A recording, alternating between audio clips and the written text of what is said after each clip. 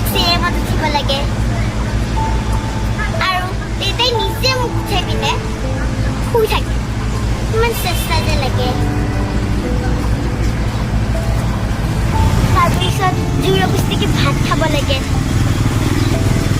তাৰপিছত আকৌ কি খাব লাগে স্কুল যাব লাগে স্কুল গৈ পিনে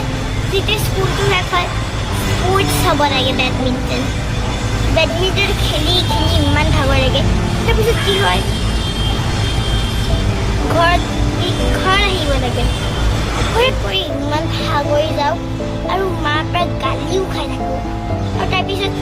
আকৌ জোৰবস্তিকে ভাত খাই পিনে শুই থাকোঁ তো সেইটো চেম ডে হৈ থাকে গালিৰ পৰা এনেও জানে যদি য়োগাটো কৰোঁ ঠিক হৈ যাব কিন্তু টাইমে নাই দেখোন টাইম থাকিলে এদিন ভালে আছিলে যদি স্কুলটো 9